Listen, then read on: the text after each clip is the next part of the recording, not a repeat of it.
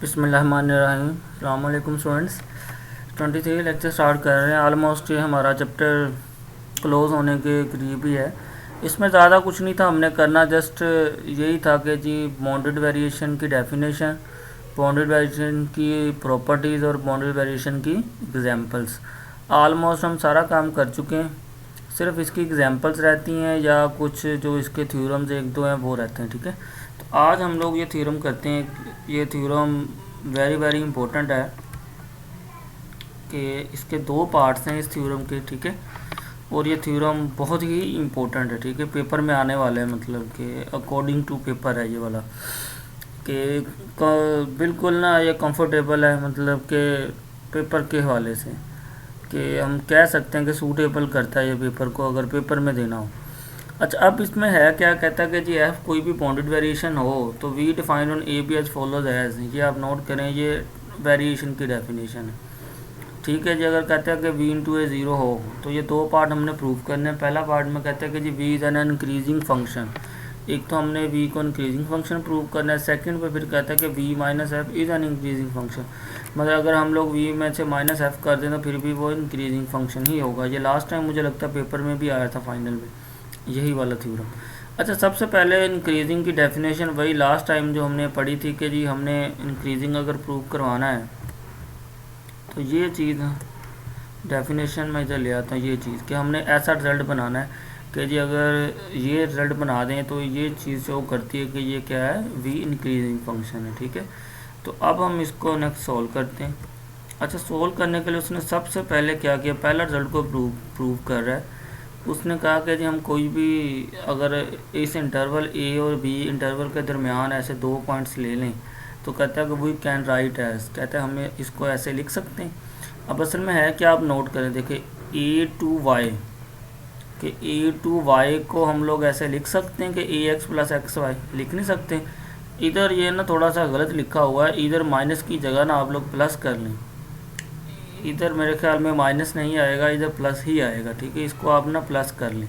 ठीक है, अब किया क्या कि इस टाइप को लिखा कैसे कि अगर ए और बी इंटरवल के दरमियान ये दो पॉइंट्स लिए हैं तो हम इसको ऐसे लिख सकते, देखें कि जी ए से एक्स तक, फिर एक्स से वाई तक, तो ये सारा टोटल ए टू वाई बनता है। हम लोग ऐसे लिख नहीं सकते कि G V into F into Y is equal to A X plus X Y. देखें कि ए एक्स एक ये इतना हिस्सा, फिर एक्स से वाई तक ये हिस्सा, ये सारा हिस्सा टोटल ए वाई बनता है ना, तो यही उसने लिखा हुआ है कि G V into F into A Y is equal to F A into X plus F into x Y. अब क्या किया, नेक्स्ट स्टेप में भी देखो नज़र आ रहा है कि ये वाली चीज़ इधर ही रहने दी, ये जो है एफ वी एक्स इसको उठा के दूसरी तरफ ले जाना। इधर एक स्टेप आपने ऐड करना है, उसने ये स्टेप छोड़ा हुआ है। ठीक है, आपने स्टेप कौन सा ऐड करना है, आपने इसके बाद ये लिखना है कि v into F into A y minus v into F into a x is equal to this. फिर नेक्स्ट स्टेप में आपने लिखना है कि वी एफ इंटू ए वाई बराबर होता है वी इंटू वाई के। ये टोटल वेरिएशन की डेफिनेशन हम इसको ऐसे लिख देते हैं। ठीक है, फिर दूसरा इसको हम लोग फिर ऐसे लिख सकते हैं इंटू, इधर आपने एक स्टेप ऐड कर लेना कि इसको इधर जाके माइनस करने वाला और इधर प्लस कर लेना। ठीक है, अच्छा ये चीज़ होगी। अब फिर उसने इधर बता दिया है, इधर उसने हिंट दे दिया है, कहता है G V into F into X greater than equal to zero है। कहता है अगर ये वाला function greater than equal to zero हो तो देन दिस इम्प्लाइज डैट ये वाली चीज़ ग्रेटर देन ज़ीरो हो जाएगी। अगर ये चीज़ ग्रेटर देन ज़ीरो हो गई है तो हम इसको ऐसे लिख सकते हैं v into x less than equal to v one v into y, या कि v into y greater than equal to we into x. तो यही हमारी ऊपर डेफिनेशन थी कि अगर ये रिजल्ट हम लोग प्रूव कर देते हैं तो हमारे पास ये क्या हो जाता है, इंक्रीजिंग शो हो जाता है, जैसे ये वाली उसने प्रूव की हुई है। ठीक है, इसको भी ना उसने थोड़ा सा लिखा हुआ उलट किया, आप इसको ऐसे लिख लेना कि जी वी इंटू वाई, कि ये वी इंटू एक्स उधर जाके उधर चला गया इनक्वालिटी के, तो ये बन गया v into y greater than equal to we into x. उसने ये उलट लिखा हुआ है, तो इसको आप थोड़ा सा ठीक कर लें। अब इसमें देखें मैंने कितनी मिस्टेक्स बताई हैं और स्टेप भी बताए हैं, आप वो मिस्टेक भी ठीक करनी है और आपने इसमें स्टेप भी ऐड करने, एक इधर स्टेप ऐड करना है, इधर प्लस करना है, और इधर भी मैंने बताया कि आप स्टेप के बाद नेक्स्ट लिखना v into y greater than equal to we into x. तो यही हमारे पास कंडीशन थी इंक्रीजिंग की, तो इंक्रीजिंग हो गया। ठीक है, अब दूसरा हमने प्रूव ये करवाना था कि दूसरा पार्ट ये था कि जी v minus F is an increasing function, कि अगर v में से माइनस एफ को करें तो वो भी इंक्रीजिंग फंक्शन बनता है। उसके उसने क्या लेट कर लिया कि एक फंक्शन d ऐसा ले लिया कि जी जो v माइनस एफ़ वाला हो, मतलब देखो ना यही हम प्रूव कर रहे थे ना v माइनस एफ़, तो उसने इसी फॉर्म का एक फंक्शन ऐसे ले लिया, इसको रटा मारने की ज़रूरत नहीं है, ठीक है। आपने वो जैसे लोग कहते हैं ना कि जी क्वेश्चन के अंदर आंसर छुपा होता है, बस देखने वाली ना नज़र चाहिए, तो इसी तरीके से आपने उसको रटा मारने की ज़रूरत नहीं है। क्वेश्चन आप देखो कि हमने v माइनस एफ़ प्रूव करना है, तो हमने फंक्शन एक उस फॉर्म का ले लिया v माइनस एफ़ वाली फॉर्म का, ठीक है, लेट कर लिया, ठीक है।